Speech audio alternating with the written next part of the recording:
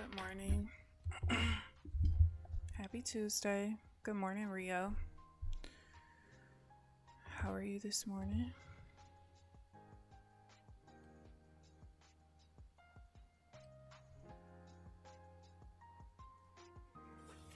Not really much of a fan of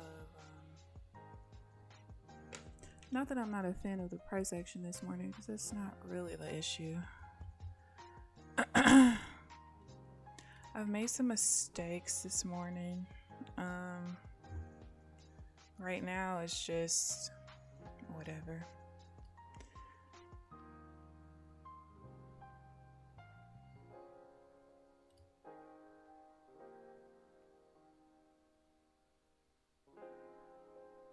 I mean, I just cannot buy a win this morning.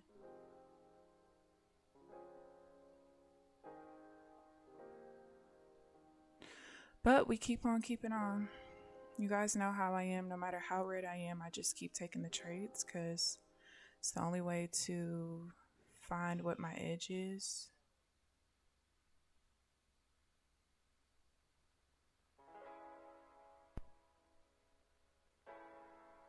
Oh, that was awkward.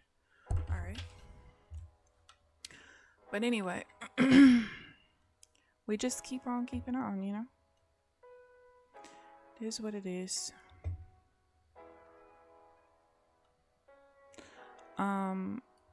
What was I gonna say? I forgot, honestly. 396. I have made quite a few mistakes though. I'm not gonna lie. Mainly because I'm trying to do this without having to look at my cheat sheet much. I'm not, as much as I would like to pass my first account this week, I'm not rushing it. Really, I'm only down as much as I am because there's 3 losses in there that I should not actually have. So that's a thing.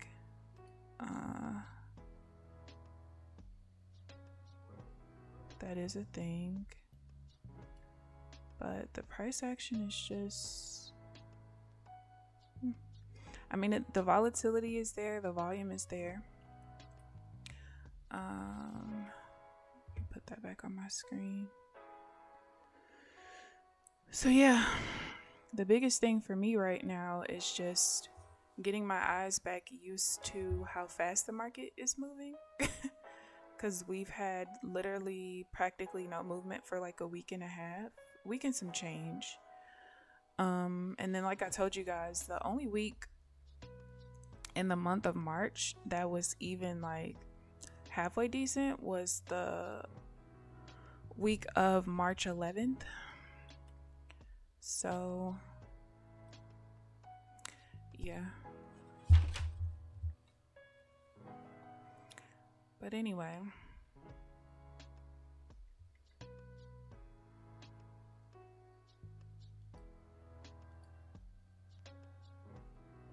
so yeah, we're just gonna keep doing what I always do. I'm gonna keep taking every trade that sets up, and yeah, what I really need to do though is I really need to get my Excel spreadsheet together, because it's kind of, I wouldn't say impossible, but it's very difficult to figure out where any issues lie, because I'm not looking at the data in the best way possible. But I'll get that together at some point. It's not to say it's not a priority, but I'm just tired. I'm kind of tired of doing some of this stuff for real, for real.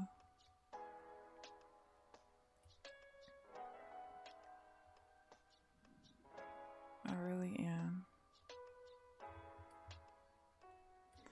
But yeah, the biggest thing right now is just me being able to remember rules and stuff,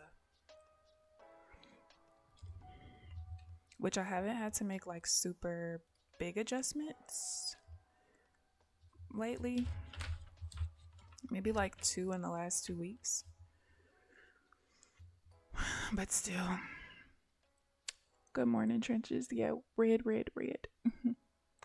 Good morning, Frederick. Good morning. But yeah, we'll see what the rest of the day brings.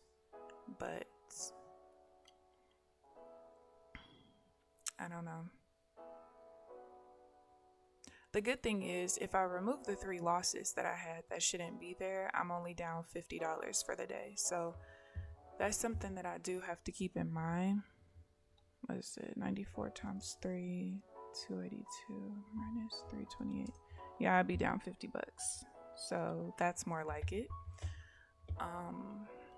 But yeah, I give myself like another full week, especially if we have good, like how today is. If we can have this for like a couple of more days, until like next Friday, then I kind of feel like I will have all my rules hammered in my head.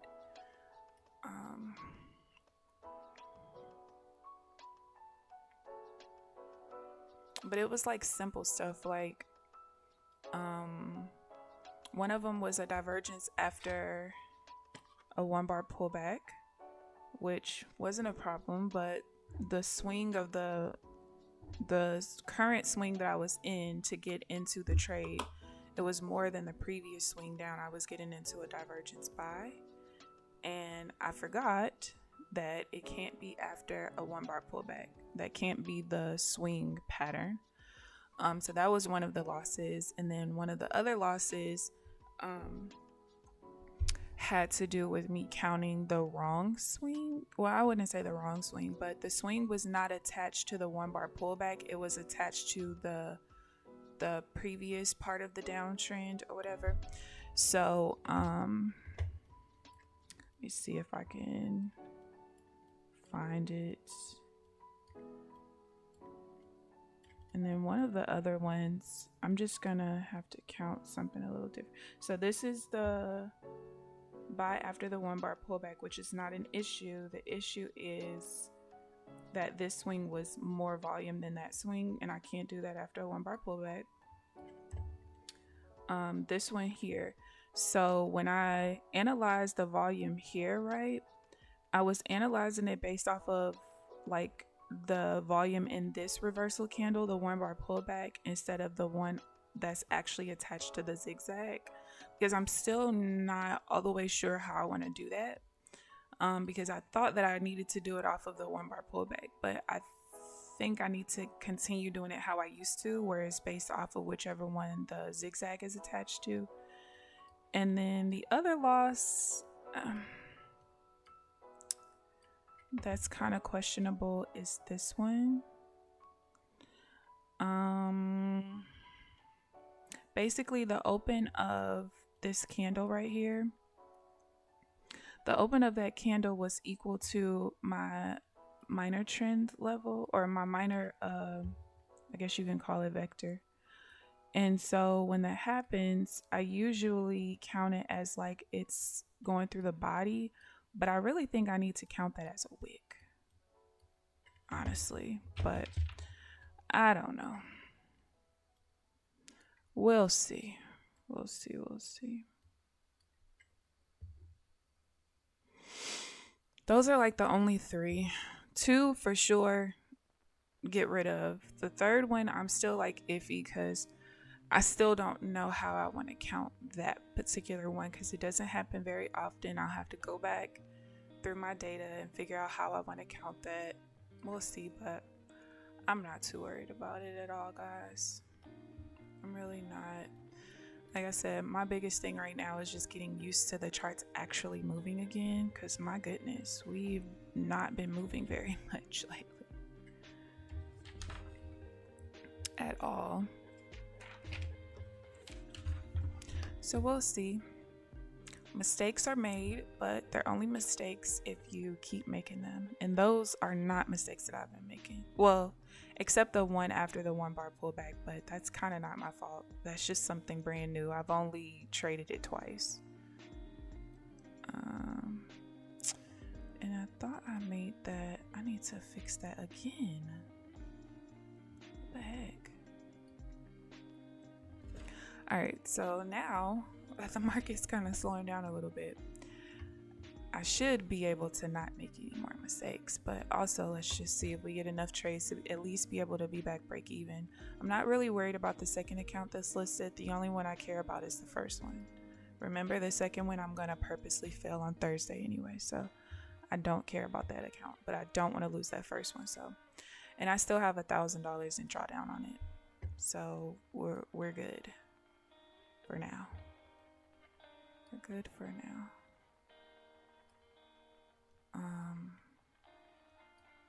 Let me do this so that I can move this right here.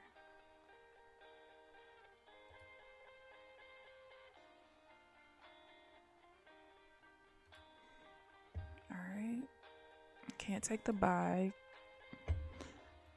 We're inside of a zone, so. And we just reacted off of that sell rotation level.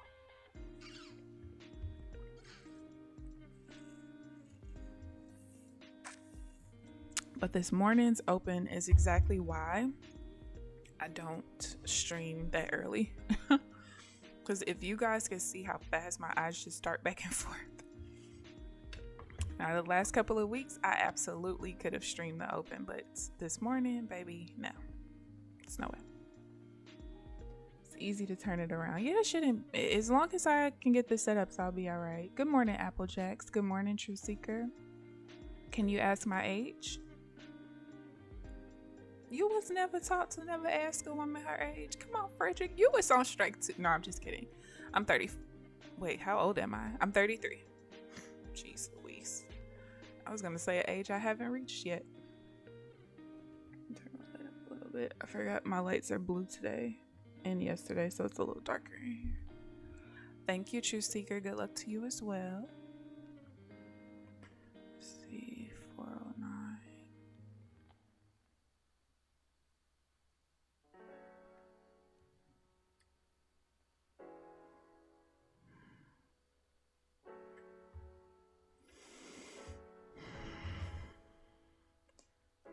That's not.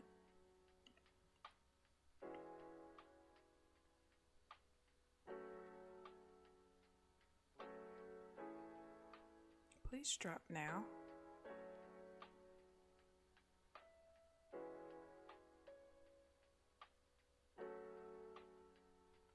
Oh, man. I don't want to have to take this trade. Oh, now I have to. I don't like how far back it pulled back, but it's still my strat, so just go for it. Whatever happens, happens. I just don't like how far back it pulled. There's nothing I can do about that. Don't be this way, please. Of course. I literally told y'all I didn't like how far back it pulled, but there's nothing in my strategy where I can really I can really determine that, like make that a thing, I guess you could say. So but I can just tell. I can tell that it just pulled back too far, but I don't have anything where I can't take a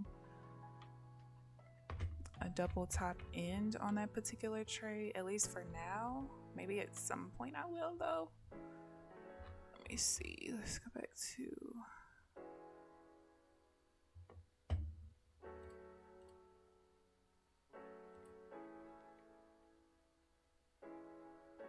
Maybe I can make that a thing, actually. And see, for me, it's always like stuff that I don't... At this point, it's all stuff that I don't see often. Like this particular setup with a double top end, I don't think I've ever seen this. So, well, it happened one time in my back test, and it was not this volume pattern, and it won. So, I don't know. So maybe I need to, let's see.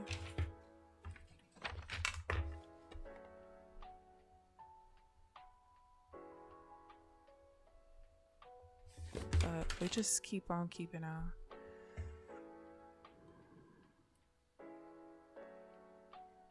No, I'm not worried about it at all.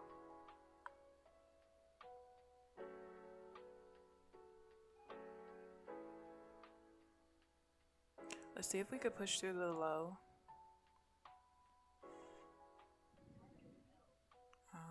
Okay.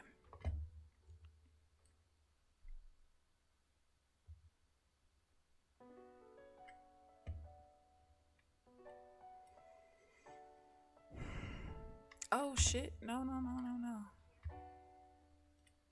Oh my god. I guess I was only in the trade on one account just now. Well, okay. I have my chart that shows like what the price action actually looks like inside the bars. I have the follower account on the chart trader on there, and I'm like, why do I have a random order sitting there? So I didn't get filled on the follower account. That doesn't happen very often. I'm glad I looked over there though. Might be ugly the rest of the day. We gonna see. We gonna see. You ain't got no crush on me. Not the way you came at me. Okay. Frederick. I'm not finna start with you today. I'm not. I refuse to deal with you today. Is that why you wanted to help me? Because you got a crush on me? Is that what it is? 568.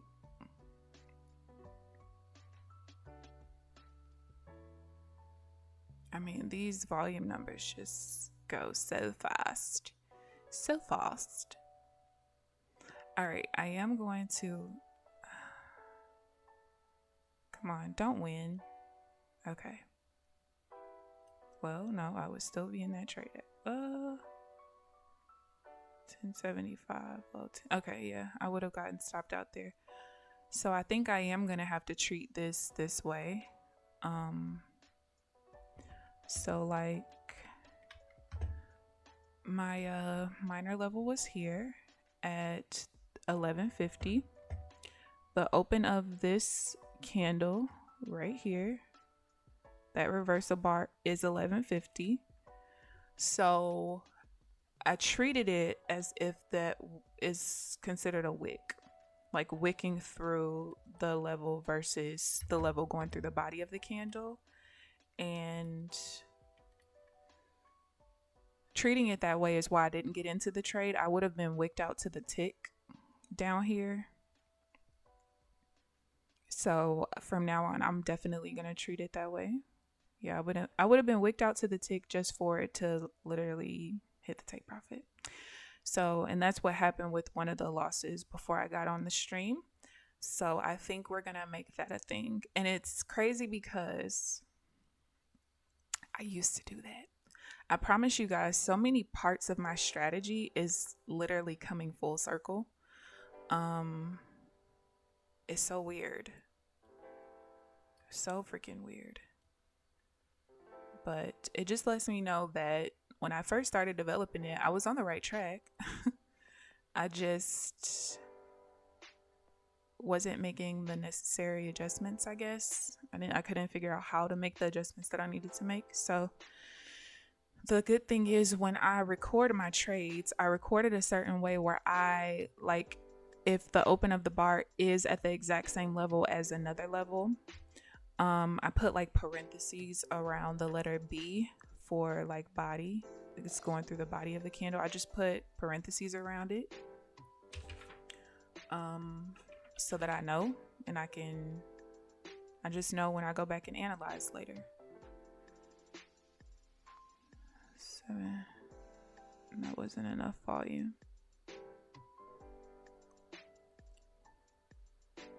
You too, you swear. Listen, Frederick, we still not even friends yet.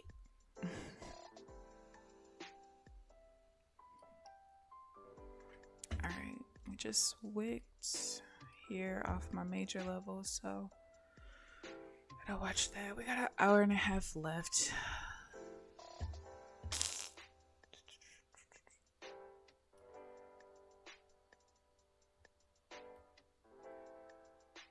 was up at 4:30, made a little profit. Went back to sleep a little after 5. The market's been a sell-off since. I know when I had looked in the Discord earlier, I did see people saying that the Nasdaq was selling off. When I looked at, I think I had woke up at like 7:30 on a whim, and I looked in the Discord and then I went back to sleep. Or maybe it was like 7:45. Yeah, about 7:45.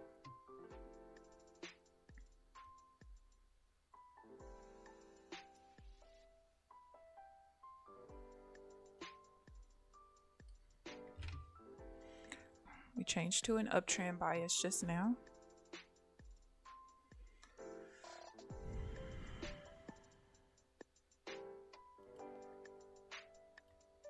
So let me move that like that.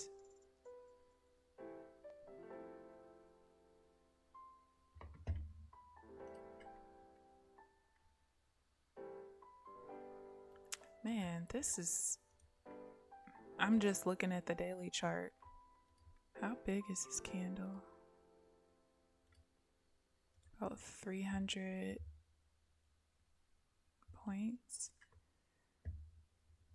Insane. Insane.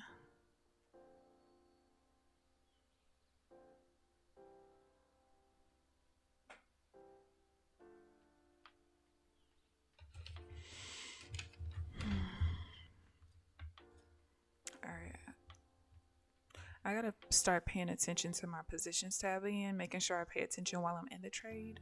So I know, because I mean, it's easy right now because I'm only copying one account, but, or maybe I should have the orders tab open.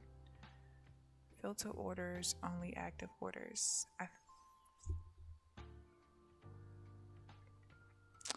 Maybe that's what I'll do.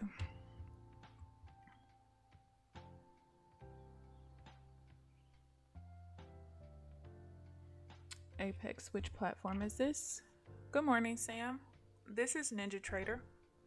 I'm trading Rinkos on NinjaTrader. In the process of developing my own strategy. Pretty much at the tail end of getting the foundation of it, just making a couple of more adjustments. And I use the Apex accounts to do so that I can see how my trail and drawdown is acting in accordance with my strategy, which, I mean, honestly, I'm only trading 18 ticks at a time. So,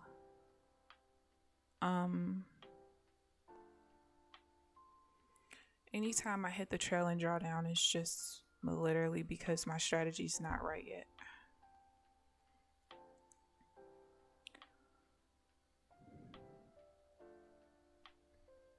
More than 481.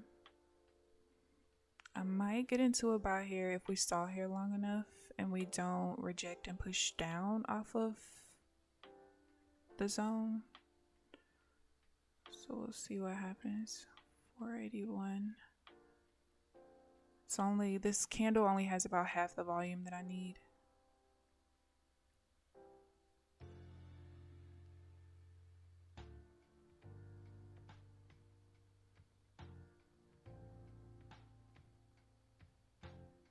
Alright, there it goes. So if we push in this particular candle, I am gonna enter.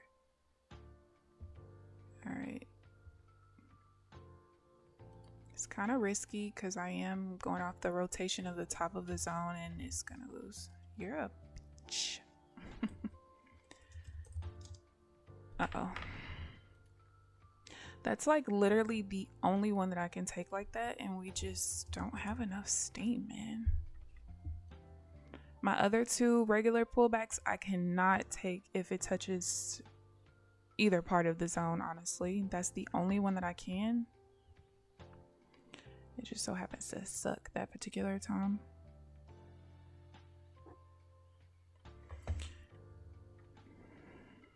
What's the open of this candle?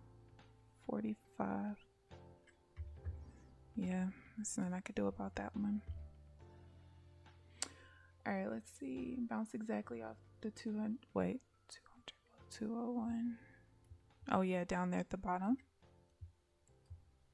Why don't I trade micros? Maybe it'll be better for the strategy and account size. It's not going to be. Inversionista. Well, first of all, remember I'm just trading evals, so I'm not really bothered. That's number one. But number two, I'm likely going to actually trade 50K accounts. I have a couple of 25K accounts. Remember, these accounts were literally just purchased for me to test the strategy out.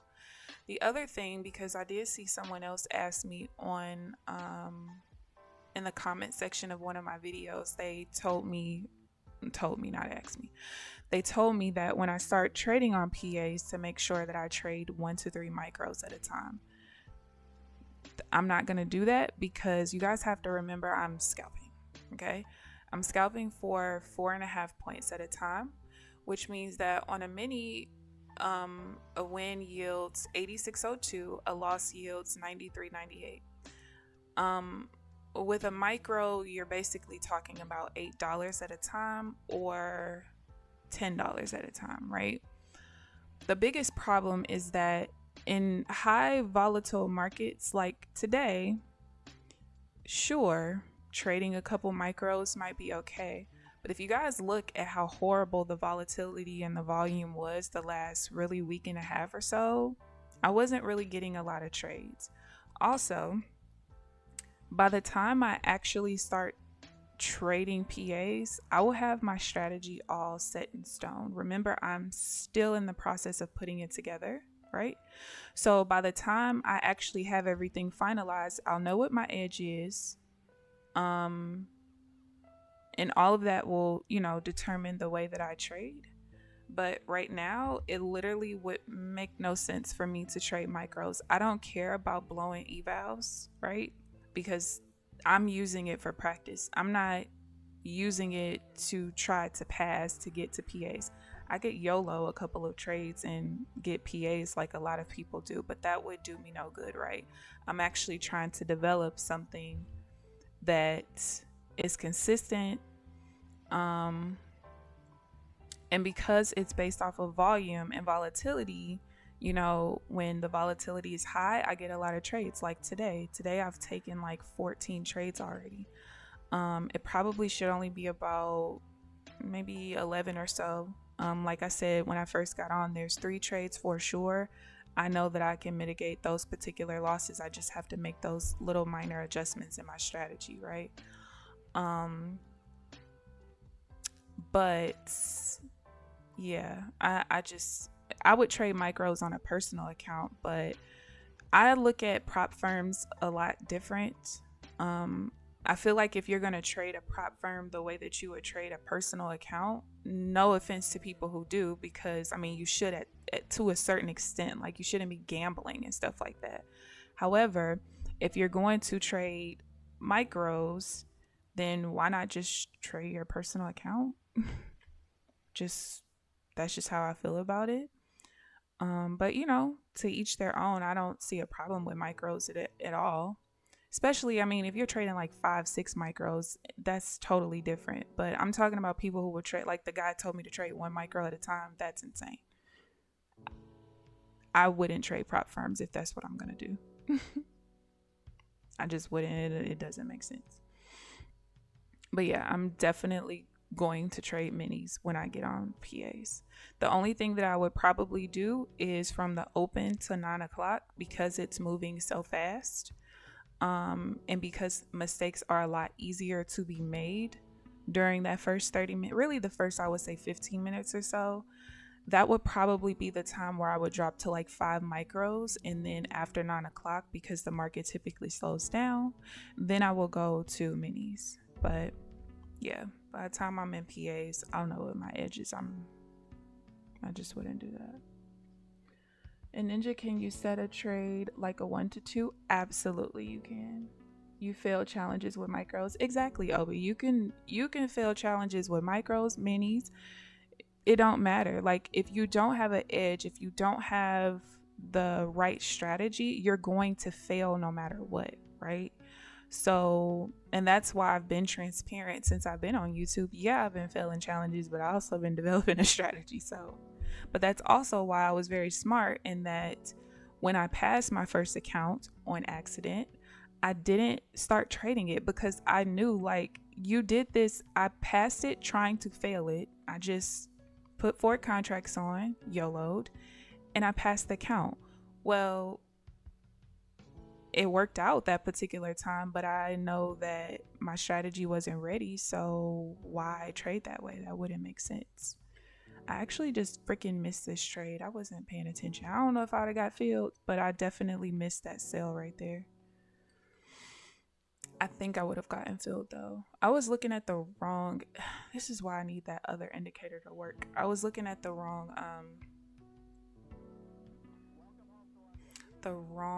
volume candle and the volume up down.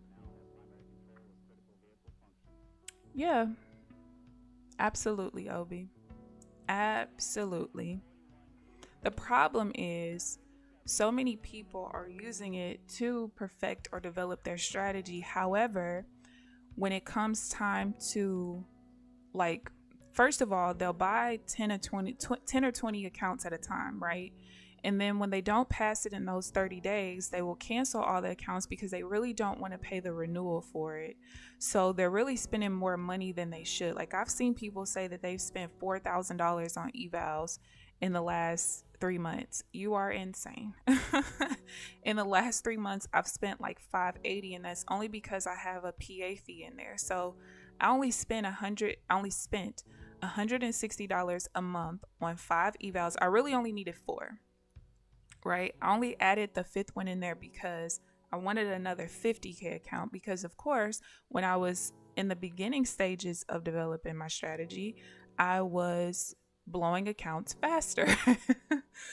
And I didn't have accounts to keep up with it, right? So I'm like, all right, well, let's just get another 50K account because that'll give me an extra $1,000 in drawdown so I can have the accounts last longer. So I had 2 50Ks and 3 25Ks. But what I did was I did it the smart way. Yes, I'm copy trading because at the end of the day, that's what I'm going to do when I finally get to PAs. I'm not going to copy them all at once. I'm going to always copy in groups. I'll have a group where I trade from 8:30 to 9, another group from 9 to 10, and another group from 10 to 11. Or I'll do 8:30 to 9:30 and then 9:30 to 11. Just do 2 groups. It just kind of depends. But the reason why I had that many accounts, I was smart enough to make my renewals all 1 week apart. So no matter what, even if I end the week not having any accounts left, I have a fresh new account coming back on Monday from a renewal. So for me, spending $150, $160 a month was not a huge deal. To me, that's just tuition cost. That's the cost of having what you need to put your strategy together. Yes, I could have traded sim, but someone was telling me like there's third-party indicators or something that you can use to have like a fake drawdown. That ain't what I wanted to do. Okay, it's just not. So yeah, like, I mean, I get why people gamble the way that they do because they see prop firms a certain way. That's just not my ministry, and that's why I don't go on tilt. I've always only traded 1 mini at a time. You've never seen more than 1 mini the entire time that I've been on YouTube. The only time I go more than 1 mini is when I'm purposely filling the account so I can get the free reset on renewal. That's it. But yeah, Apex activation fee is different or the same for every challenge. It depends on, so if you pay monthly, it is the same. It's $85 per month per account, no matter what account size you have. If it's a lifetime fee, it varies, and the bigger your account size, the higher the activation fee. I personally feel like 25Ks and 50Ks are the best accounts for the money, number one, and also for when you look at the cost of things. That's just what makes the most sense to me. And then also when you look at the trailing drawdown versus your profit target, right? On a 25K, that is the only one that you have that is a 1-to-1. And then it starts separating from there. The higher accounts just doesn't make sense to me. I mean, unless you're just someone who likes to use really huge contract sizes. I probably would never put 10 contracts in on a trade ever. So 10 contracts on a 50K is a lot. And I also understand risk management. At some point, probably when I'm in PAs, I would determine my contract size based off of like a Kelly criterion kind of thing, and based on, okay, this is the available drawdown that I have. I want to risk only this particular percentage of that, so this is how many contracts I'm going to put on my trade. That is how I would trade it, because I understand all of that stuff. Now, Sam, let me see if I can, if you want to do a 1 to 2 in the chart trader on, and you'll probably have to zoom in on this, I'm sorry, but on the chart trader with NinjaTrader, if you want to do a 1 to 2, all you would do is just create an ATM strategy and just make sure that the profit target is double the stop loss, and you're good. You're good to go from there.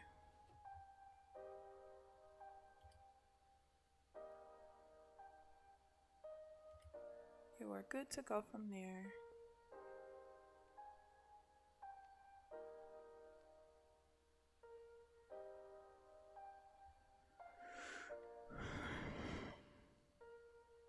But yeah, you can do a lot of stuff with the ATM strategy. That's why I really, really like it on NinjaTrader.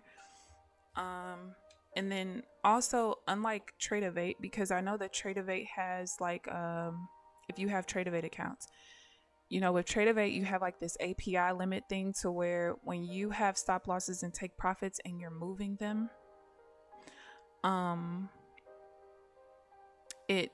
think you can only have like so many API instances in a certain period of time. You don't have to deal with that with Rithmic, and you could use different platforms with Rithmic as well.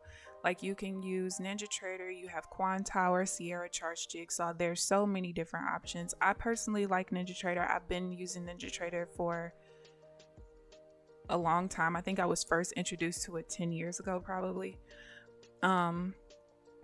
So yeah, I like it. Some people feel like it's not very user friendly, but I think that that's any platform that's brand new to you. Like, I don't think TradingView is user friendly at all. I actually do not like TradingView at all. So it just depends on the person, but I feel like you have a lot more features with NinjaTrader, number one, and number two, the other thing with NinjaTrader is that you have a lot of options as far as indicators go, from third party, even native indicators that are inside of NinjaTrader. You have a lot of third party vendors that have free indicators, paid ones. NinjaTrader has an ecosystem. It's called if you Google like NinjaTrader ecosystem user app share, there are thousands of free indicators. And I know some people like to trade naked. I mean, my charts are, besides different support and resistance levels and two versions of a half trend, my charts are naked. I just need to see where VWAPs and support and resistance levels and stuff like that are, because I'm so zoomed in on Rinkos, and because I'm scalping, I don't have time to be able to pull my charts back to look at different levels and draw this and draw. I don't got time for that. I'm in and out, and I need to know where they are ahead of time. Yeah. When do I see myself trading in PA? Example, this month or in 3 months? I would probably say towards the end of this month. The biggest priority for me is that, or the biggest thing for me right now is that, so I've been developing this particular strategy since Christmas.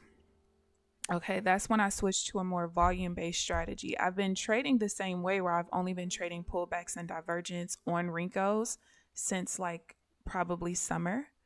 However, I had a business that I was running, so I didn't have time to back test and all that other stuff. Like, it was legit no time. I did credit repair. There was no time to do anything. So I shut my business down August 31st, and that's when I decided to fully focus on trading, right? I don't really know what made me switch to more volume-based trading, because I've always heard of like, different volume-based strategies and things like that, order flow. But something just told me like, yo, let's try to figure out if we can develop a volume-based Renko strategy. There's no information out there, so I'm doing this from scratch, right? So initially I was on a 20 and 2 Renko chart, and then at some point I had the bright idea to switch to a 20 and 1 chart, because when I used to trade multiple instruments, the Nasdaq was the only instrument that I actually had a threshold of 2. And what I don't like about any threshold aside from 1 is that you can't see the true trend to me, because the trend is much smoother when every tick in a direction paints a new bar, right? So I switched to a 20 and 1, and that was okay. However, when the market was slower, there was no way I could continue with the 20 and 1. I just realized like this is not going to work. I'm not getting enough entries, because on a 20 and 1 chart, I'm essentially asking the market to move 16 points from like the top to my entry to the exit. Good morning, Granny. I'm asking the market to move 16 points. Well, in a slow market, that's almost impossible, right? So about a month ago is when I switched to a 12 in 1 chart, because I was like, all right, well, 20 is slow. Let's go with something really fast. That worked out that week until that Friday when the market was like today. And it was like, okay, there's no way I could use a 12. So that's when I said, let's find a happy medium. Let's go with 16. And that was, I believe this is my 4th week trading on a 16 and 1 chart. Had I finished my back test before I started trading on a 16 and 1, I would probably be trading in PAs right now. But because I'm tired of back testing, I'm okay with it taking a little bit longer and me just using the data that I'm getting every day from the markets. I'm okay with just using that to make whatever adjustments that I need to make. So there were like 2 days last month, really, I think it was one last week and one the previous week, if I'm not mistaken, where there were a lot of lessons that were learned that day, really huge adjustments that needed to be made. But besides that, everything has been pretty minor as far as adjustments go. So I think towards the end of the month, I'll have it down packed. And honestly, probably before then, I'm going to get tired of having to wait for the data of the day for me to see what adjustments need to be made. And I'm going to just finish my damn back test and stop being, I wouldn't even call myself lazy. I'm just over it. I'm over it. But in the amount of time that I've been trading, I've taken courses. I've learned from people one-on-one. And one thing that I learned being a trader for so long, off and on, is that at the end of the day, a lot of people's strategies still calls for a lot of discretion, right? And the problem with that is that when you have 100 students and 25 see the market this way, 25 see it that way, 25 see it this way, 25 see it that way, I don't like strategies like that. I am a very analytical person. And so for me, I will analyze myself out of every trade. I have to have a strategy with very clear, concise set rules where if 200 people are looking at the chart, all 200 people would make the same exact decision. And a lot of strategies aren't like that. Like I have a girlfriend who she doesn't scalp. I mean, I think she considers it scalping, but it's not scalping. But she more so like intraday swing trades, and she uses a 5-minute chart to do it. I took her course. I also paid to have a one-on-one with her. And as much as it has made her money over years and years and years, I just can't trade it. It doesn't work well with my personality at all. Number one, I don't like being in trades for hours at a time. And the way that she has you to analyze the market to draw like what she calls like critical zones or critical levels, I don't see the market that way. And that's one of the reasons why I don't trade on like time-based candles or range or tick-based charts and stuff like that, is because what you would see as a lower high, I might have saw a lower high in a totally different place, right? On Rinkos, There's nothing to debate. This is clearly a lower high and it's nothing you could do about it, kind of thing. So, yeah, for me, I just feel like you got to find what works for your personality. Also, for the time that you have available to trade, what works for somebody during New York might not work for somebody who can only trade London, just different things like that. Let's see, we are hitting off of that zone again. So my overall bias is still an uptrend, but you can see we've literally been rejecting off of the zone this entire time for the most part. So every time we tried to clear it, we just couldn't. And now we have a lower high here. So, but it won't change back to a downtrend until down here. Yeah, about down there. Yeah, no trading view, OB, I hate it. Most live YouTubers, they increase the contract size when they go into losses. They stick with the same direction. So okay, two parts to your question. As far as increasing contract size when they're losing, most people that I see don't increase the contract size. What they do is they'll initially start off with like 2 minis, maybe 3 or whatever. And then when they're adding into the loser, they're just adding 1 contract at a time. That's what I see most people doing. It doesn't work for me personally, mainly because I don't really quite understand adding to losers, period. I just feel like if the trade is wrong, the trade is wrong, but I get why they do it. I get it, but that doesn't work well for me. That is why I trade with a set stop loss and take profit. There's an auto break even. There's a few scenarios where I do manually break even, like move my stop to break even. But yeah, I get why they do it, but it just doesn't work for me.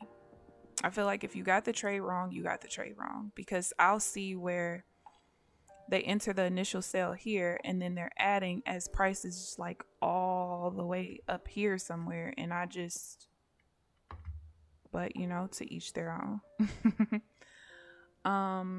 As far as sticking with the same direction,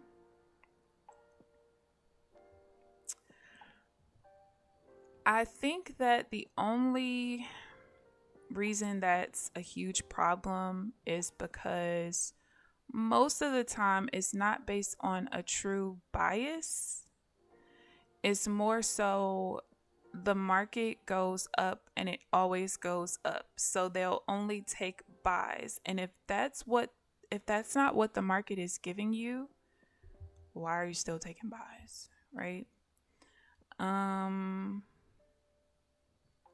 That's just my thought process on that. I just feel like you have to take what the market gives you.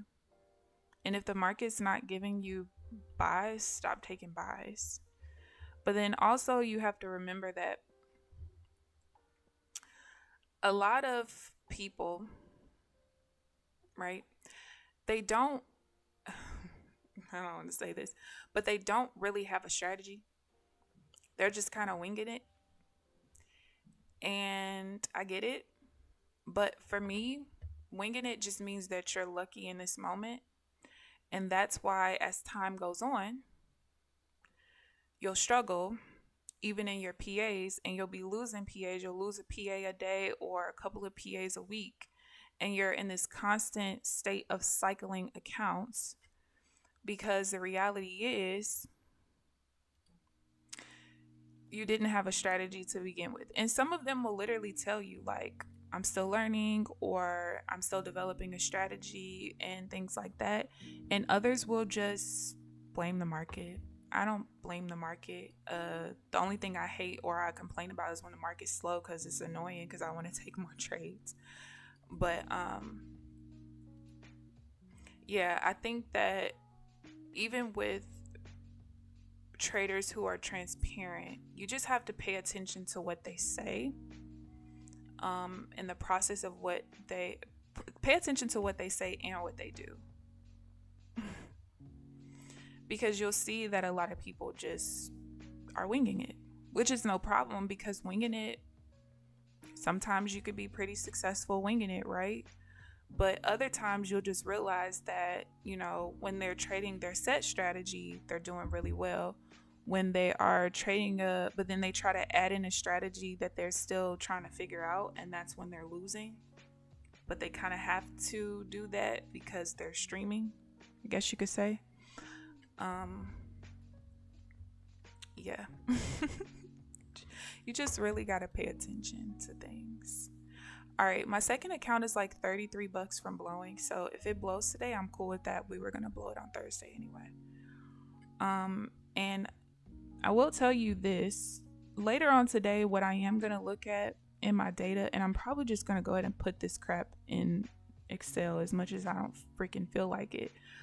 But I feel like I've seen a lot of losses in the last couple of weeks where the swings are rotating over the VWAP. So you can see, and it's not just rotating, it's the fact that the VWAP went through the body of this candle and the body of my entry candle. I feel like I've lost a lot in the last couple of weeks like this. I'm actually quite sure. Now, let me see if I go through my backtest data.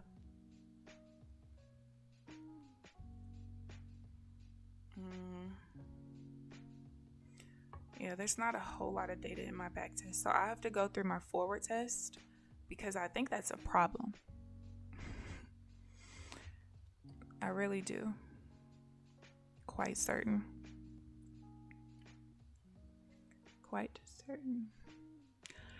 But yeah, Sam, it's a lot of stuff out there, and the only thing I could say is just watch it for entertainment. That's it. Like, I watch other streamers. Sometimes I watch them while they're live. Sometimes I just watch replays. I prefer watching live streams versus like 5-minute 10-minute strategy videos, or just talking about different stuff with trading. Like, I'm not interested in channels like that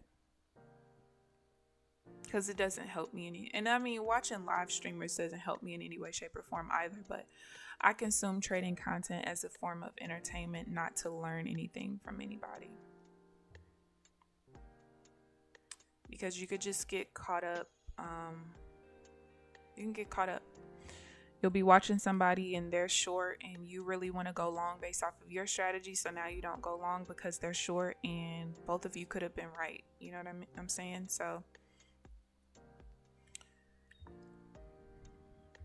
this trade right here, I wasn't wrong. I was just early, and I feel like it's because of this freaking VWAP rotation, honestly. So I'm gonna have to look. Oh, I forgot I started a new notebook. Hold on.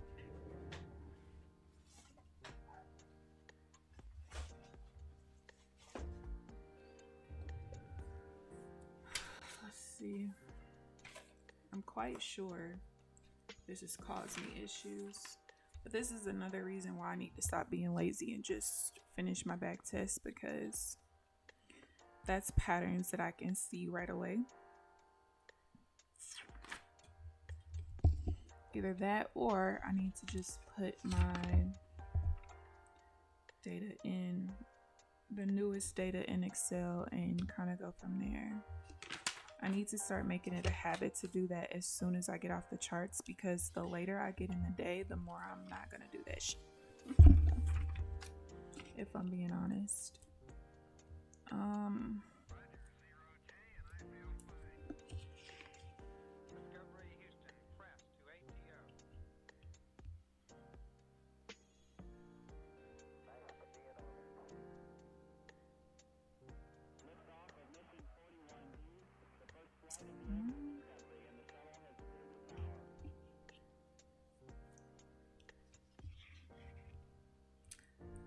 Actually, I think it's a pattern, but it's a specific pattern. And I don't want to have to remember something like that for real. Some of the trades I'm okay with just, it is what it is. Because I don't want to add so many rules that it's going to be hard for me to remember them.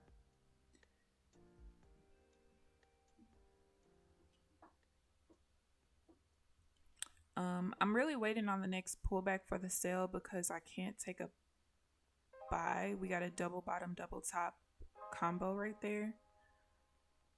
So I just have to wait.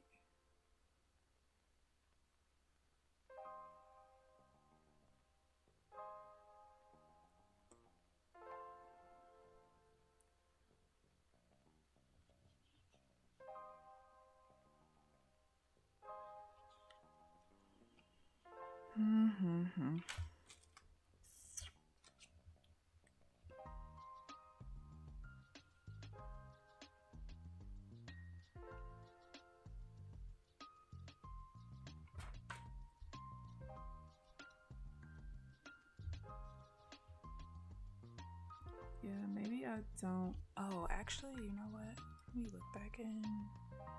Ah, that was different. Okay, wait a minute. That was a little different.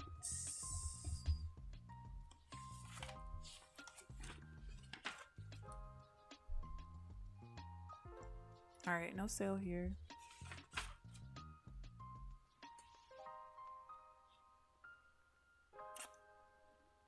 No sale here.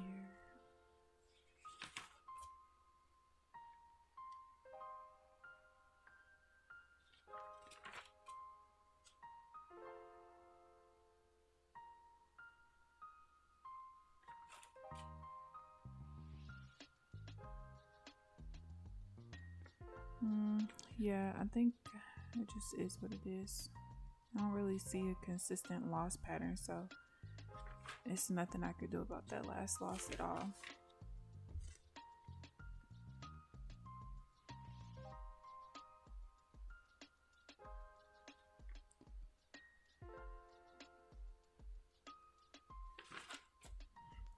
Yeah. Unfortunately, all losses cannot be mitigated.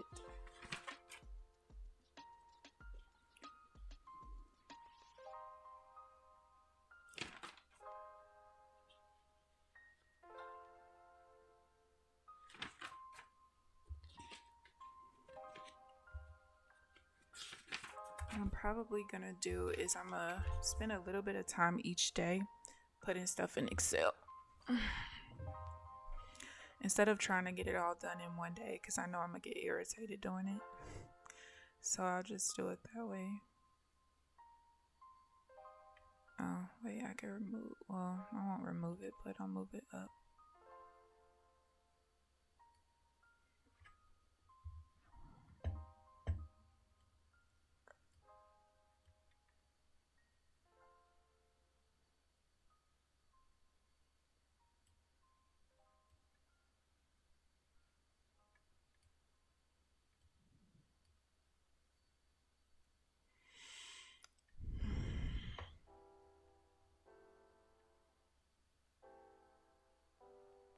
As much as I want to take a nap when I get off, I think I'm going to make sure I start prioritizing getting this Excel sheet together.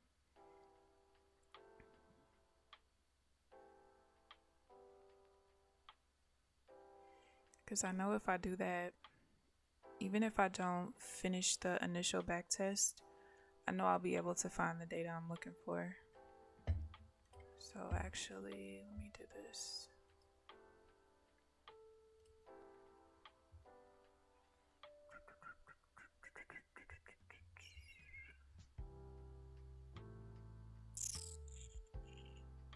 Is it this day? I think it is.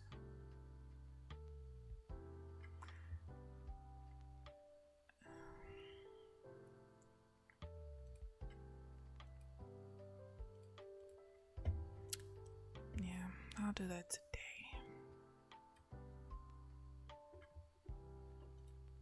Because at this point, I'll have a whole month worth of data pretty much. um, which would be more helpful than finishing the back test. Maybe not, I don't know, because the months that I use and weeks that I use to back test, I use those particular ones because at that time the market was super volatile, like around October of last year. So that's why I like using that particular data.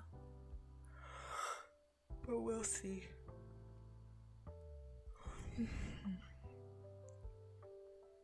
It's so much easier to filter data when you're using Excel and analyze your data. One day I'm gonna make a video about using Excel to like help you perfect your strategy.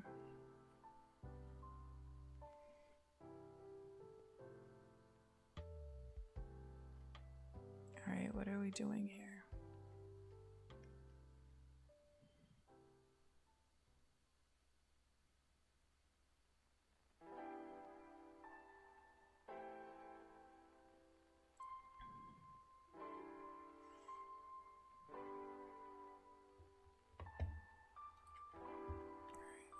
To do. Let's make sure all of these are correct.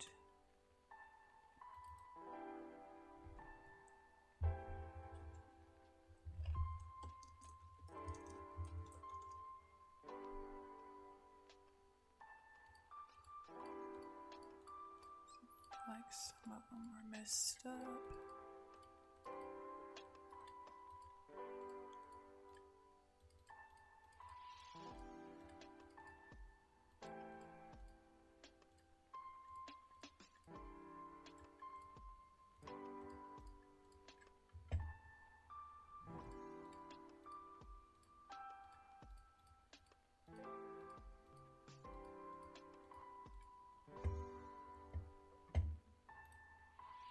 That's all right.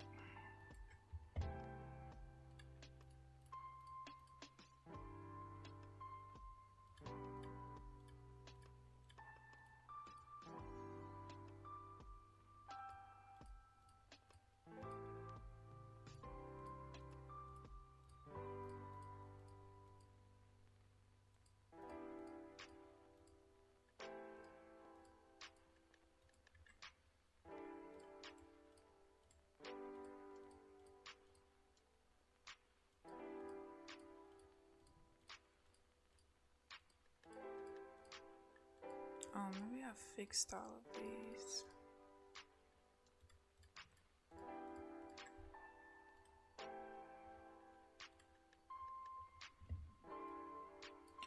Still nothing. I can't take a sell here either.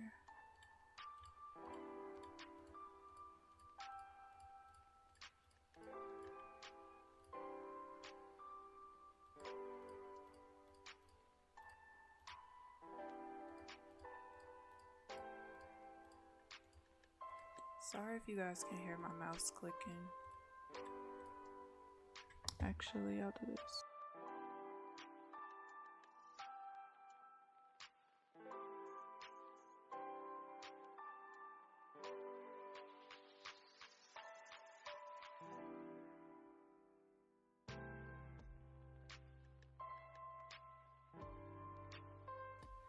Is there a way to put Excel on dark mode? This is driving me crazy. I hate white screens. In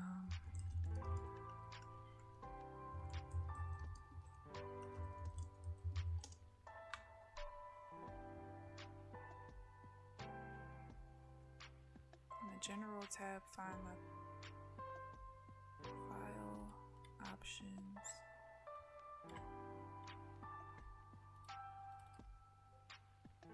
General. Oh, theme. Yay. That did not do what I wanted it to.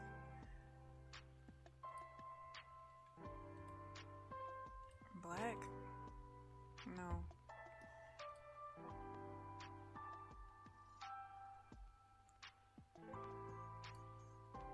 Currently you could set hours. That's not full dark mode. That only makes the outside dark. Hello?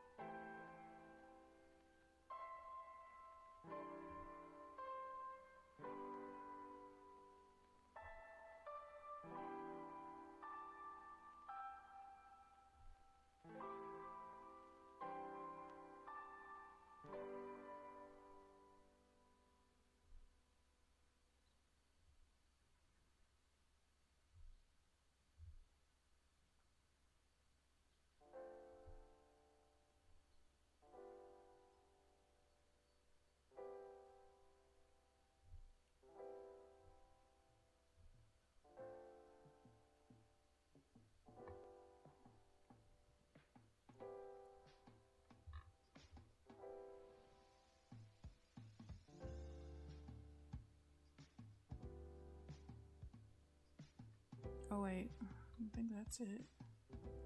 File options that, oh, I'm not doing that. Why do you have to use a template?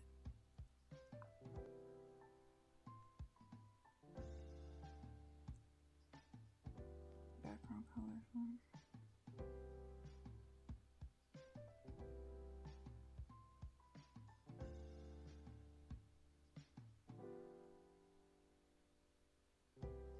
Finally set the border color. So he's just filling the freaking. Alright, I guess.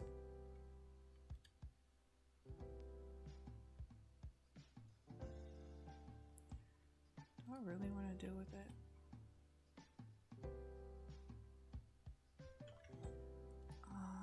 Alright, where's the border?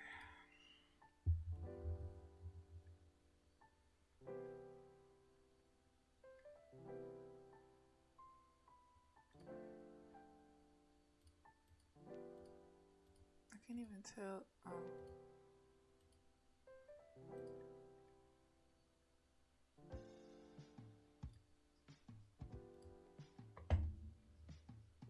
Color white.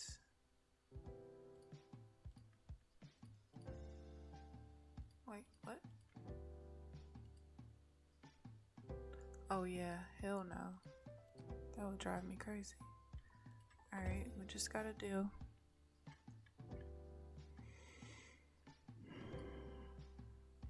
After 10 o'clock is so annoying.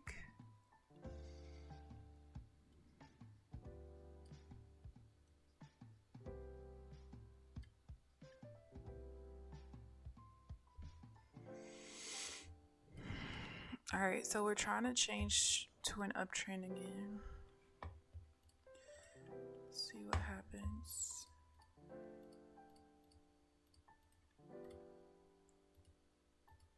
Oh, y'all can't really hear the.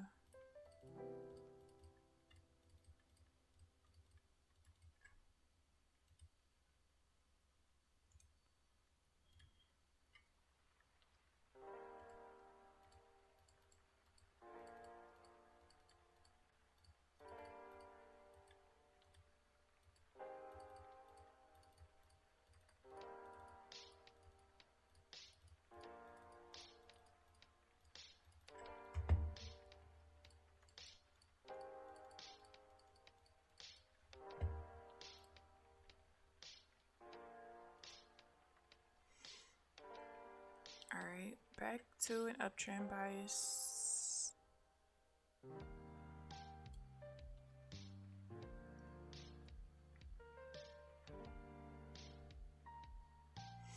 See what happens with the first pullback.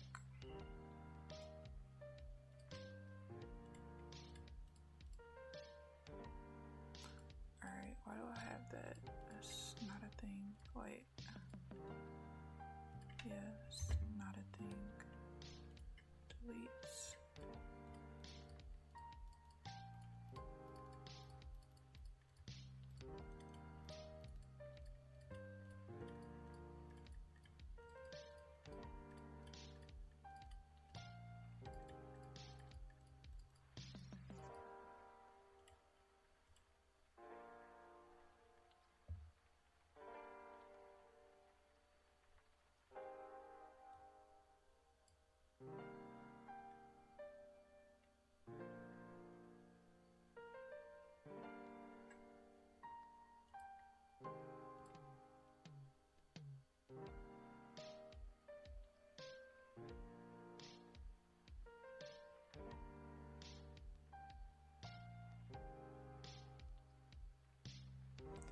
Alright, no buy here.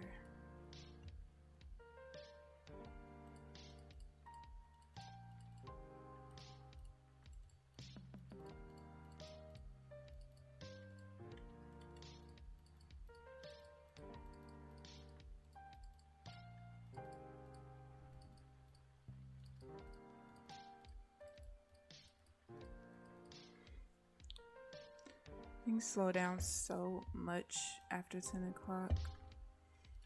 That's why I keep telling you guys, I don't know if I'll long term Why is that there? I don't know if long term I'll continue to trade after 10.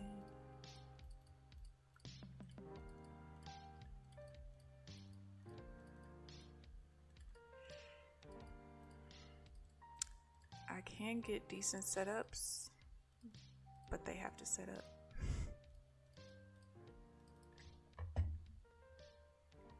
And I would rather not waste my damn time.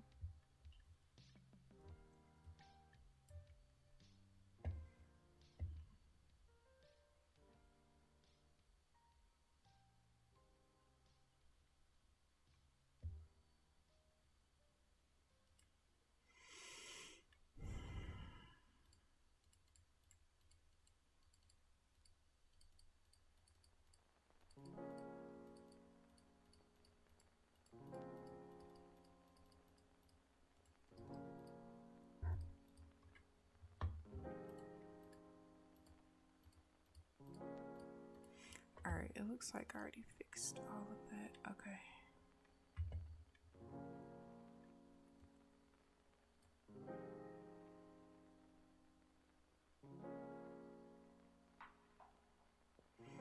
Oh yeah, we do have 11 o'clock news. 11 and 11:05. Alright,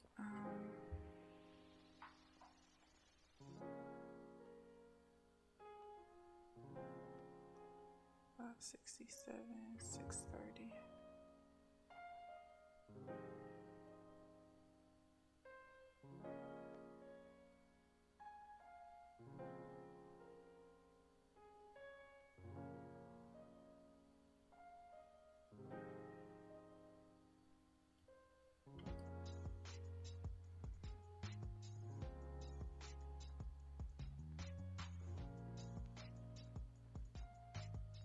Too much volume.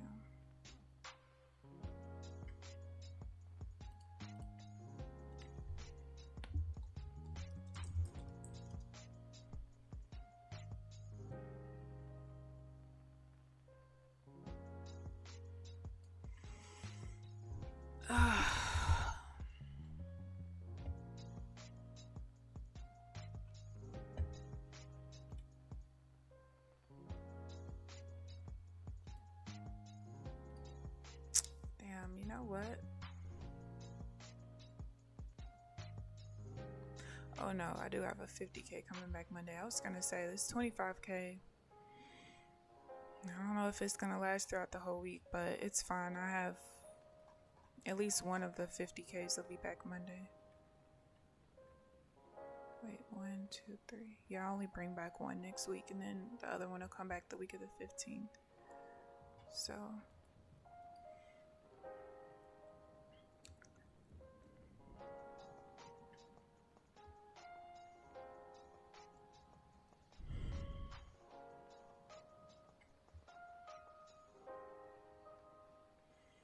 no trade here. This is a weak pullback. It's weak and there's too much volume in this little swing versus that one. So we wait again. What did I decide to?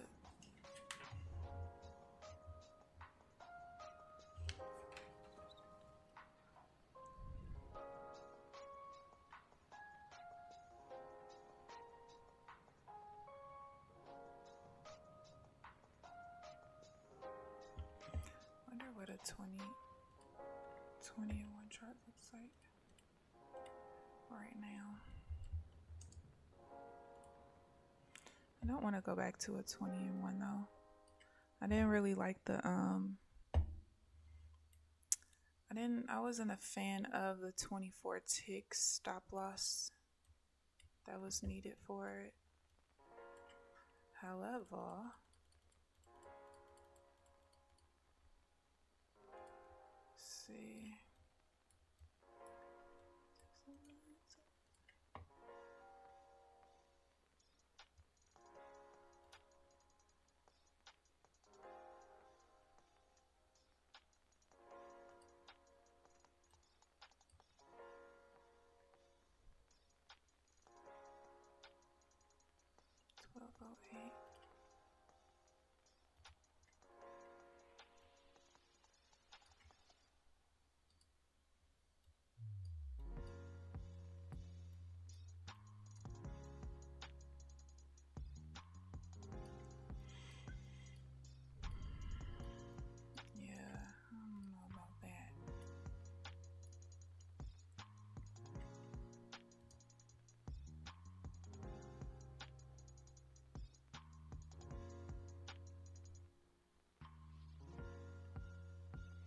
Alright, I am going to get into a divergence sale as long as whatever entry bar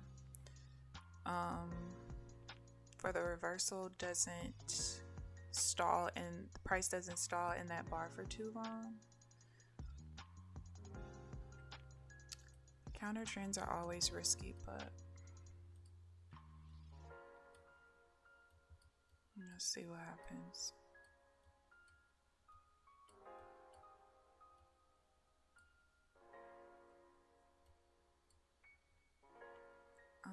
What was I about to do? Oh. 21.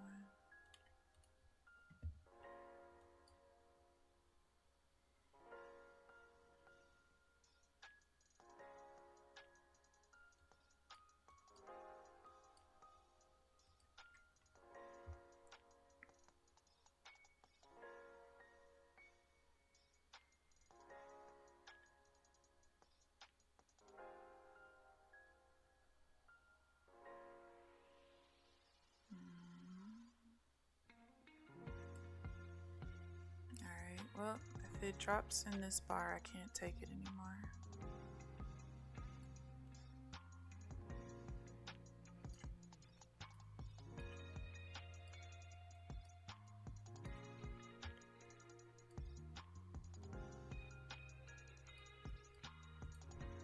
Let me try something.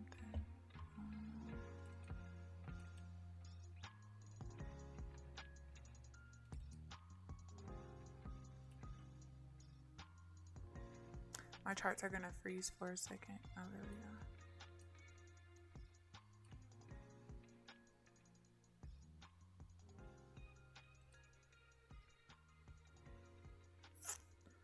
I don't want to risk that. All right.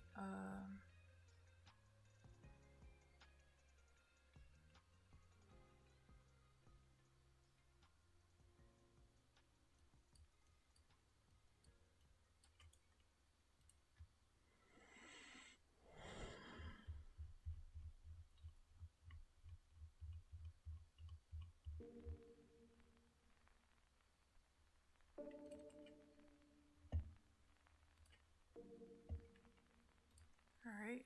Well.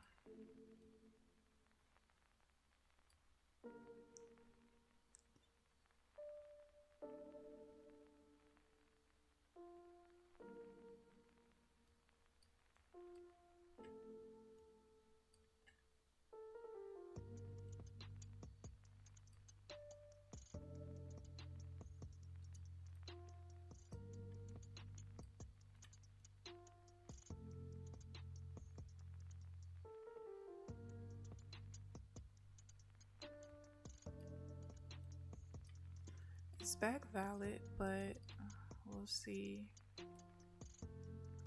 We'll see what happens.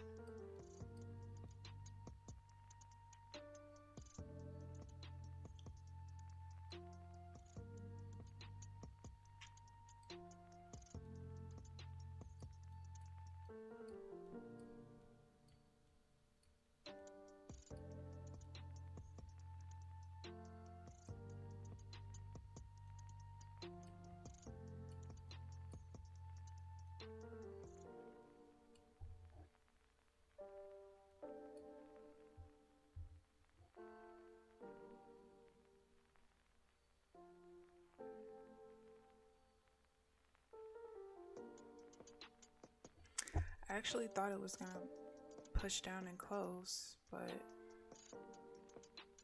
it doesn't look like it wants to.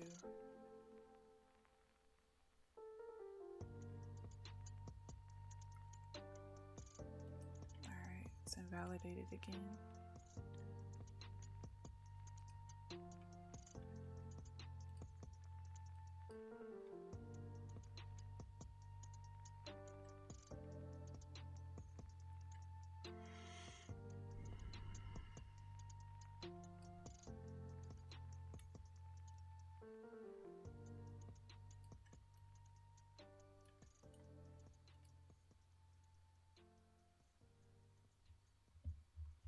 So a lot of volume in these outside bars.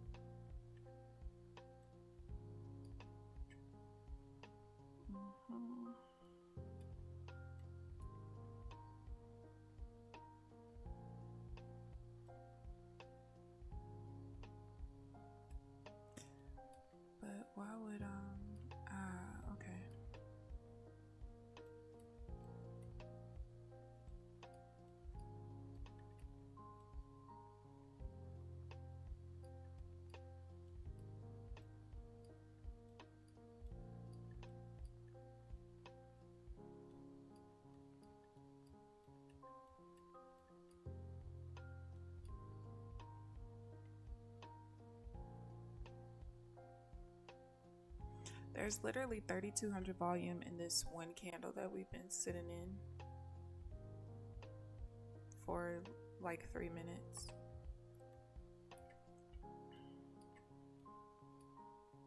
Price is trying to reject, but the buyers keep coming in and pushing it back.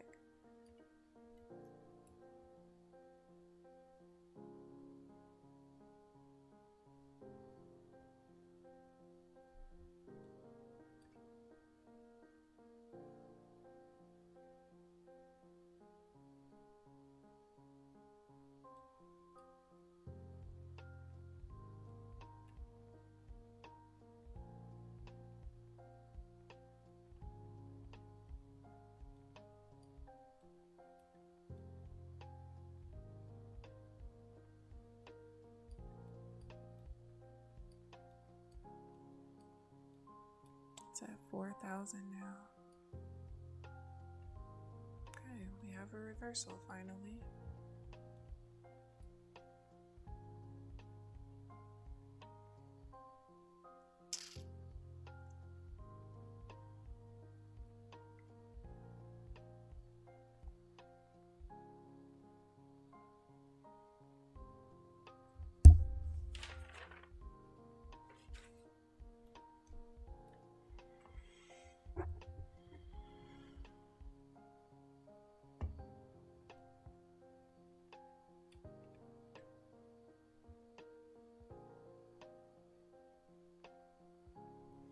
Oh, let me see if this works now. So for whatever reason, it wasn't when I first started trading it. Oh, maybe it just wasn't working when I was trying to do the ticker replay for the back test. Maybe that was the problem. So I really rather use this volume indicator instead, and I think it'll help fix my lagging issue, because we have a hunch that the volume up down indicator is what's causing lag with executions and stuff, just lag in NinjaTrader altogether ever since that last rhythmic outage and they did whatever update. For whatever reason, the volume up down indicator is causing the problem. So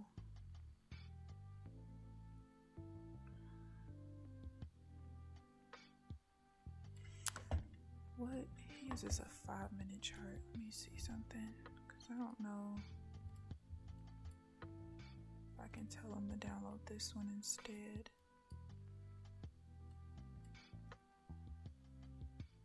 How's it going? It ain't going at all. I don't even know the last time. Let me see, when's the last time I took a trade. 9:50. So nothing's really happening, unfortunately.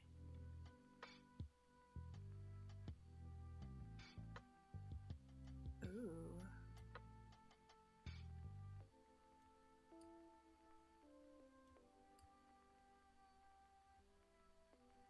Oh, we gotta pull back. Great.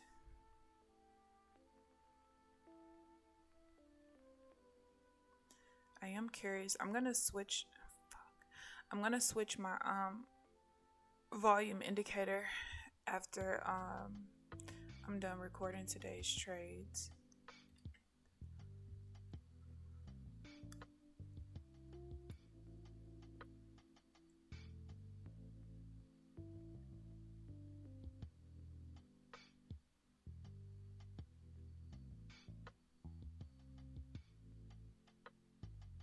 Yeah, I think that would be a good idea.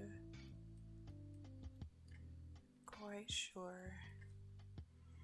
It's not going to change anything as far as my strat goes, but I think that some of the lag is going to go away, because I did, before I got on the stream with the open today, I could see that like on one of my charts, a bar would be closing, but it's like lagged and behind on the chart that I actually execute my trades on.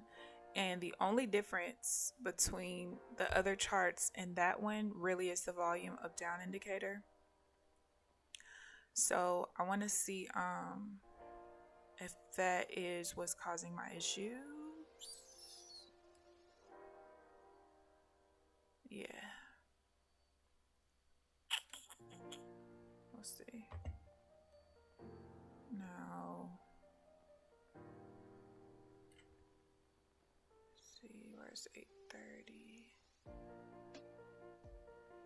25.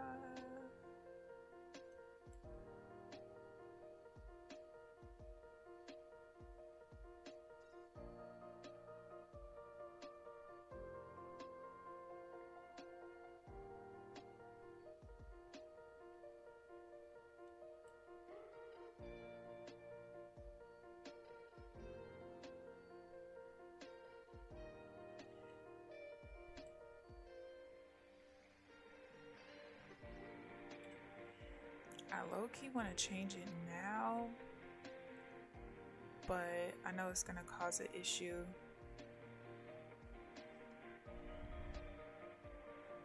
With the zigzag's going to be off, and then it's going to be hard for me to record the trades from earlier. So I'll just add it later. There's no biggie.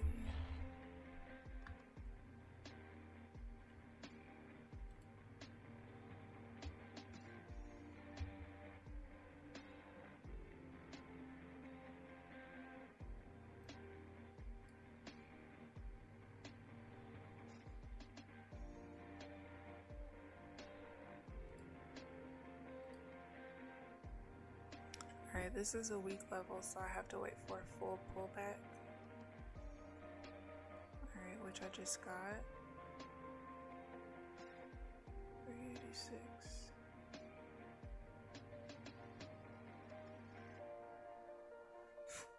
Excuse me. Might be a little action in the afternoon. London did it all today. Baby, I'm gonna be gone. That's what one of my trading buddies was talking about, how like, and I think I even saw, I feel like Trades by Matt said that in one of his videos recently too, how like most of the action in March was in the afternoon. Well, that doesn't help me. I'm gone. So that kind of sucked. But I just know as soon as I put all this damn data in Excel, I'm going to be mad at myself for not doing it earlier or not finishing the back test before I started trading this setting. But, you know, let's see, 0903.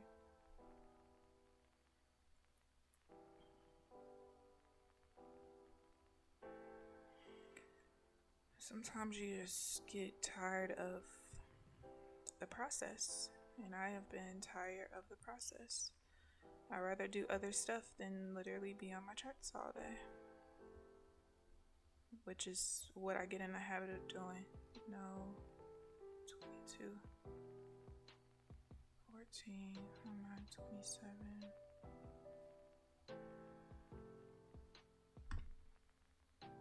Hey, that's not right. Oh wait, yeah it is. Oh, not 50s.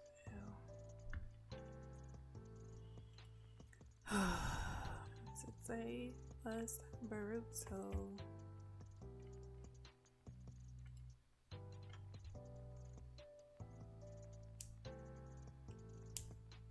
Knowing me, I'm gonna try to get all of this done today because I'm over it.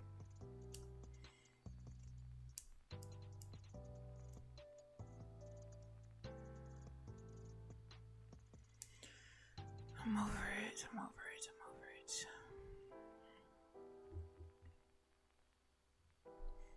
And I'm actually, since I do have that over there.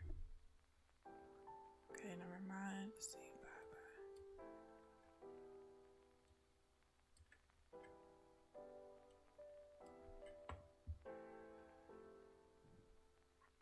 About to go get some lunch. Working out tonight, so it'll balance it out. Enjoy the rest of your day, Applejacks. See you tomorrow. I need to work out today too, but I'm gonna let you work out for the both of us because I ain't gonna be able to. I'm gonna get this Excel sheet done. But enjoy the rest of your day.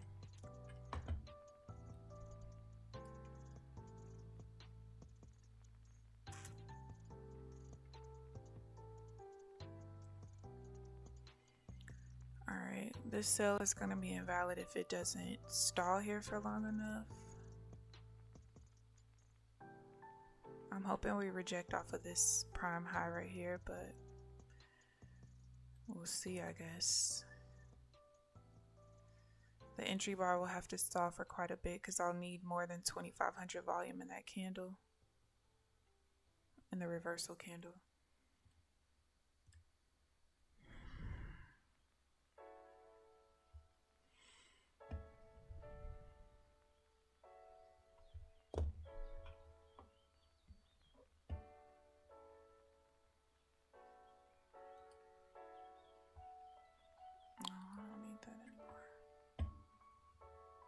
Oh yeah, my new mouse should be here today.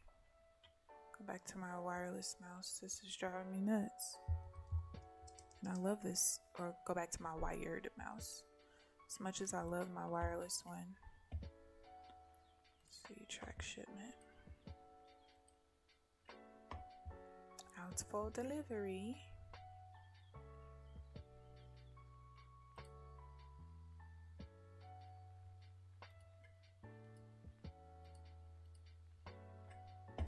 Sign in for that. That's whack.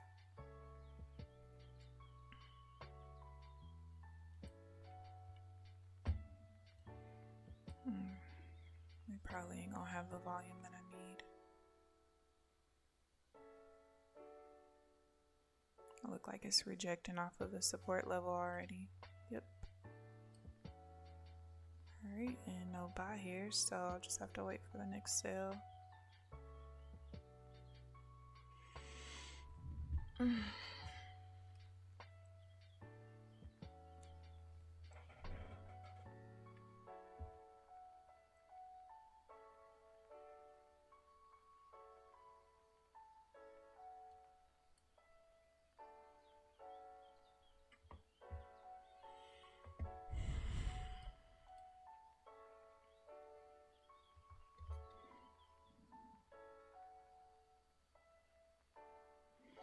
So far 5 wins, 9 losses, 3 shouldn't be there, so it should be 5 and 6 basically. Wait, no. 1, 2, 3, 4, 5, 6, 7. Is that right?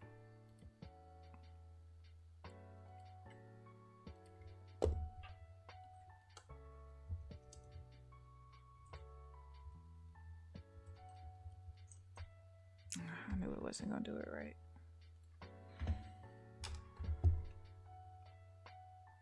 Oh, I guess it is right.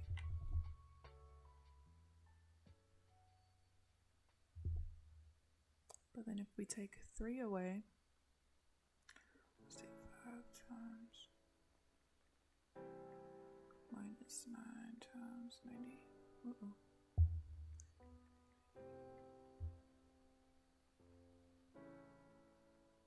Did I take an extra L in there somewhere?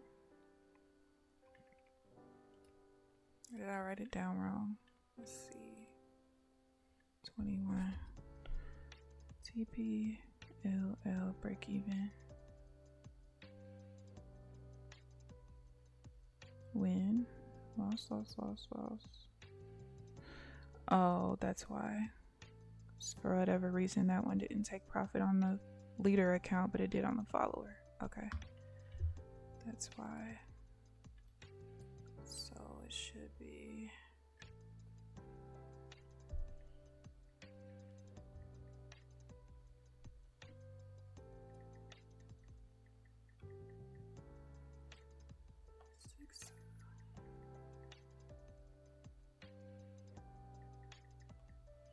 I could take that.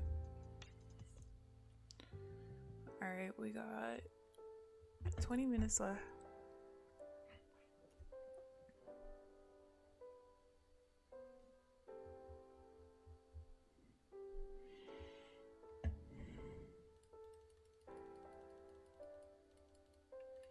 I'm gonna go through and start writing in my trade journal.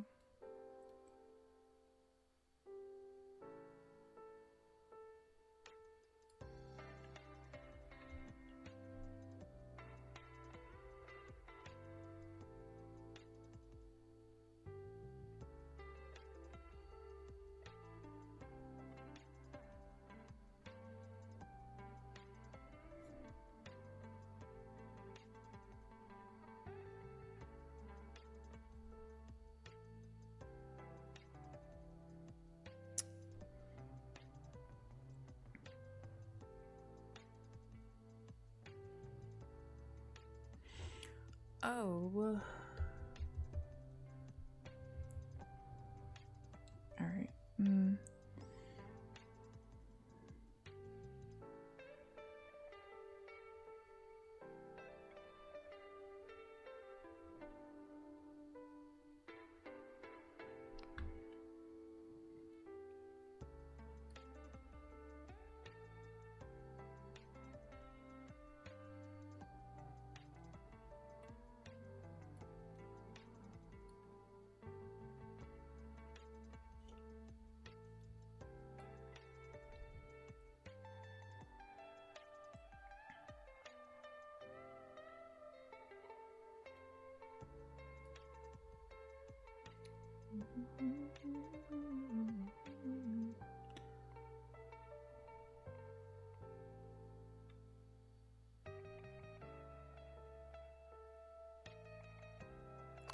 Why does it look like I was in?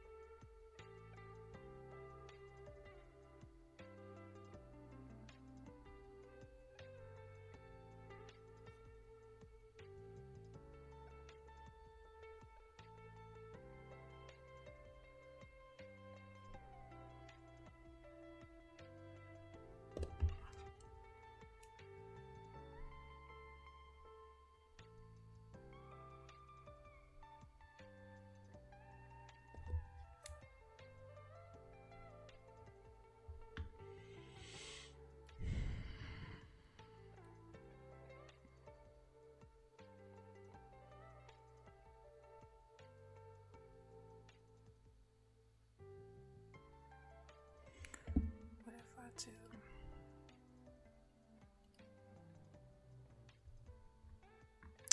It's not the right thing.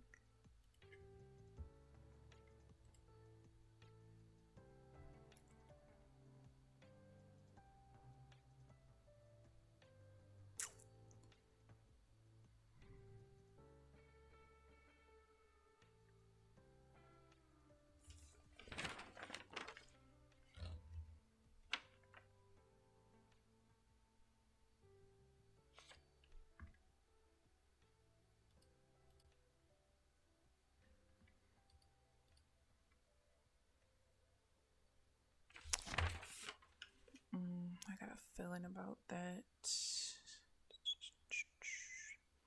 Yeah, today is going to be an Excel day.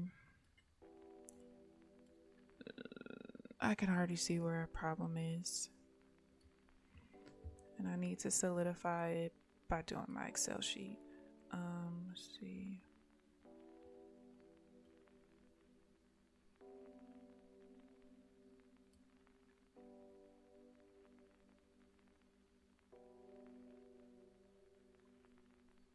$785.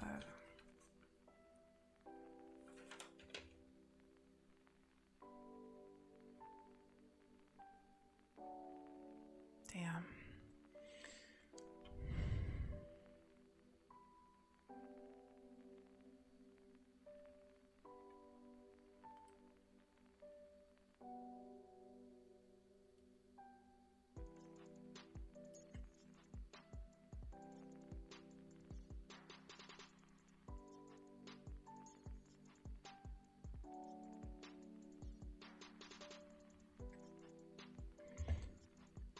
We stall here long enough, which it doesn't look like we will. I will get into the divergence buy. I don't think we're gonna stall here long enough though.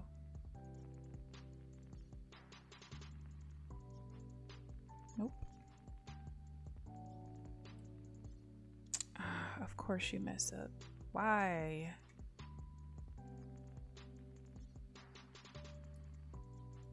Damn it. Gotta reload this, and that's gonna screw me.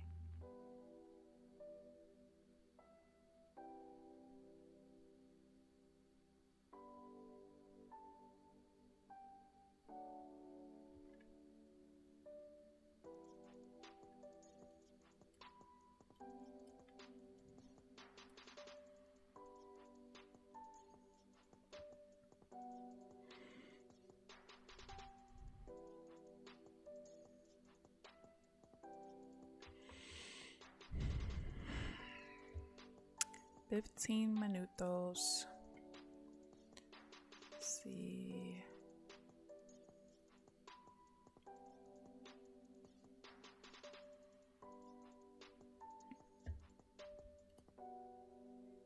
Just gave back half your profit of $200. So you know what that means? It means stop trading.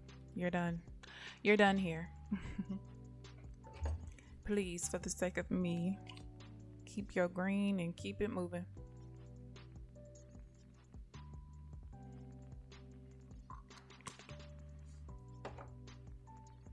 Tomorrow, hold me accountable and ask me if I finish putting all my data in Excel. Because that is my goal for the day. But I know myself, I'm going to get tired of looking at stuff, tired of entering data, and I'm going to stop. Then I'm going to start gaming, and then I'm not going to get off my game. And then by the time I get off the game, it's going to be time for sleep, and I'm not going to finish the Excel. So hold me accountable tomorrow and ask me if I finish putting my data in Excel. Please.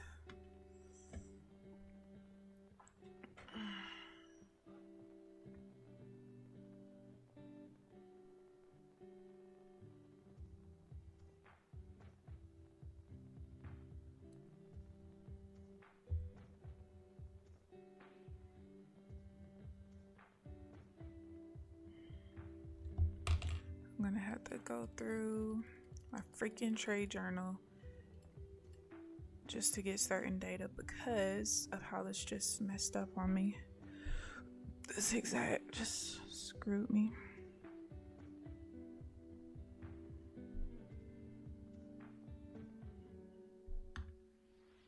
That's more.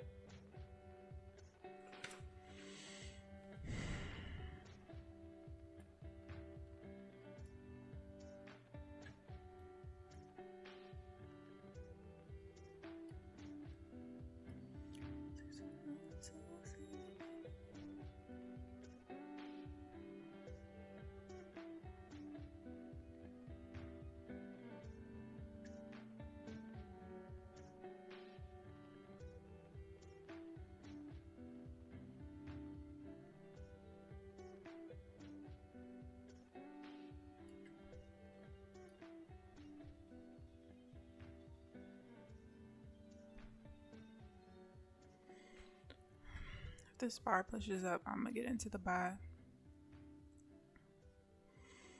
At this point, it just is what it is.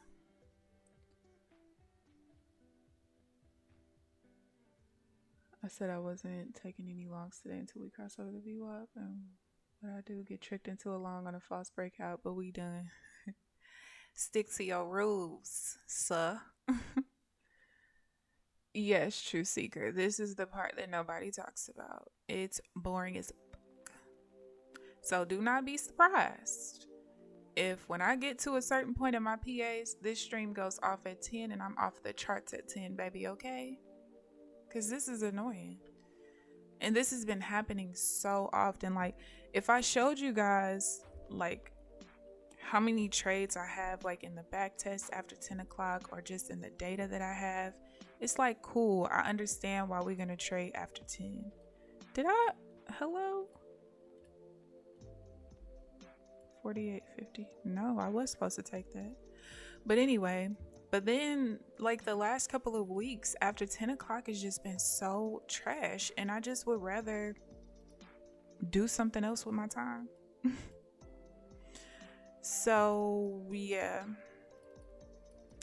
I don't know. To be honest with you, I wouldn't be surprised if by next week, maybe by the end of this week, I'm gonna tell you what I'm gonna do. After I look at all of the data for March, I'm going to see if I'm going to stick to trading after 10, because this shit drives me insane. And I think what irritates me the most is that for me being a scalper, right, I shouldn't have to worry about how many opportunities I have after 10 o'clock. But it's just not it. It's just not it. It's boring as hell. And I can't take it. I just can't. And then the last couple of weeks, so before, my trades from 10 to 11, even though I wouldn't have a lot of trades, it would be kind of some of my better setups because the market has slowed down, right? But now it's like the complete opposite. It's like after 10 o'clock, there's no steam to push anything. So why even subject myself to that? For what?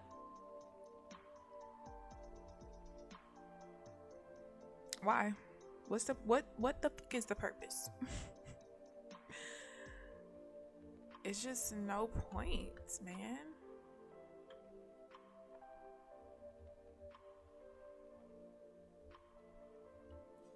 Like, I'm looking, let me see. I'm trying to look at some of the data in the back test right now to kind of see, because you guys, just don't be surprised if this is the last day that you see me trading after 10 o'clock. Like, the boredom is real. And it's just not worth it. It's just not. It's just literally nothing here.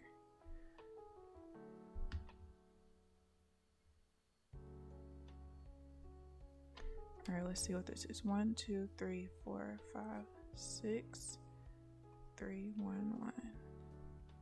1, 0, 0, 1.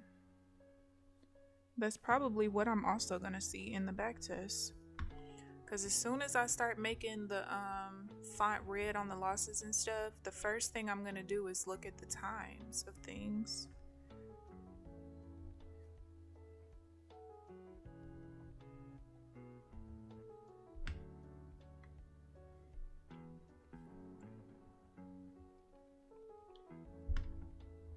Like, oh my gosh. It's literally why I don't trade any other instrument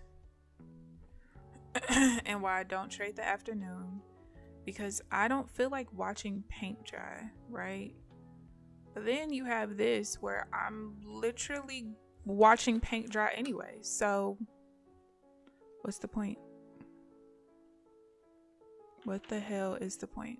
There is none. I'm actually supposed to be in this buy right here.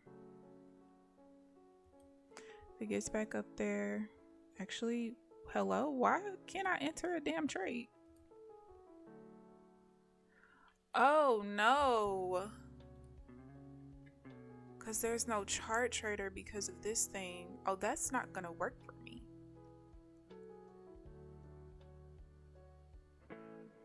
I literally can't.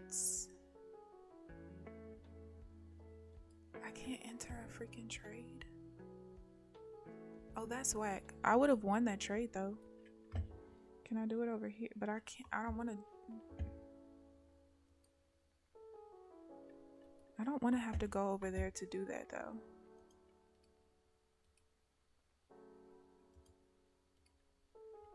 That's lame. I'm gonna have to talk to him about that. So the newest version of the chart trader that I use to enter my trades and stuff, the newest version gets rid of your ability to have a chart trader open. And because the chart trader is off, when I right click on my my entry charts, when I right click on it, there's no option to enter a limit order or anything. That's a problem for me.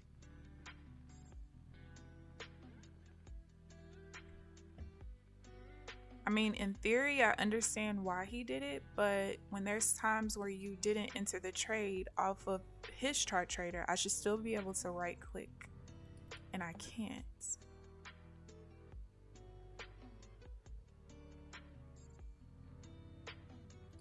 Oh, you know what?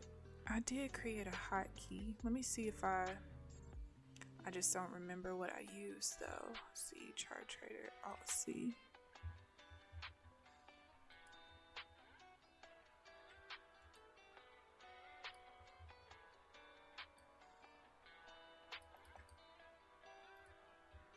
Alright, so what I'm gonna have to do, let's fix the hotkey real quick.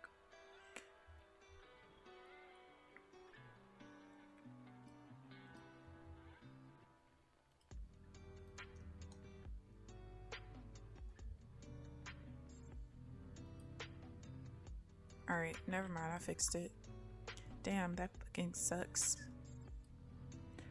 Alright, so I basically have to use a hotkey and I have it hidden now, so I should be able to right click to trade. That sucks monkey balls. Alright, we're 1 minute left. Let me show you guys the account since the one is blown. That resets Friday. Alright, today was a bloodbath, but hello, Ziri. I'm on my way out. Why are you on your way in? Alright, so today was a bloodbath, and this has inspired me to go do my damn Excel spreadsheet and stop being irritated, and I don't even want to call myself lazy. Just stop being irritated and not wanting to do it. So yeah, I'll tell you guys the verdict tomorrow morning when I get on the stream. But yeah, so this account is gone, so it's ready for the renewal on Friday. Then we still have 764 left in this account.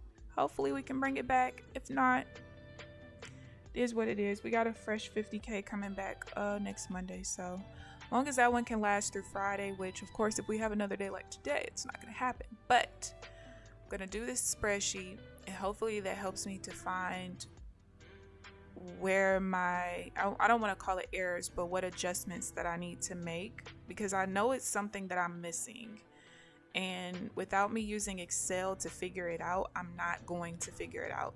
Because the biggest problem is, like, I have my online trade journal, right? And of course, like any other trade journal, you can filter and look at the P&L for each of your setups. The problem is I have a lot of data missing from there, because as I was starting to trade with this Renko setting, there was a lot of trades that I was sitting out of, right? And some of those trades that I was sitting out of, I need the data from that to help to determine, you know, what that setup needs to look like as far as the volume patterns and stuff. So I did partially use that as I made adjustments, but I can't use my online trade journal to figure out where my issue is. And that's the other thing, that's the problem with online trade journals for me, is that it's different variables that are part of my setup, and I cannot filter through the data based on the variables like I can in Excel. So she's gonna stop being lazy and get it done today. It's probably gonna take me legit at least 4 hours to do, but I'm gonna get it done, and I'll tell you guys how it goes tomorrow. So yeah, thank you guys for tuning in. I appreciate the support, and I appreciate you guys for tuning in every morning. Please like the video on your way out if you haven't already. Subscribe if you haven't already. But other than that, I will see you guys bright and early tomorrow morning at 9 a.m. Central Standard Time. And the rest of this week better be better. Okay? But have a great rest of your day. Frederick, bye, friend. You want me to call you friend so bad. Bye. But no, enjoy the rest of your day, guys. See you tomorrow.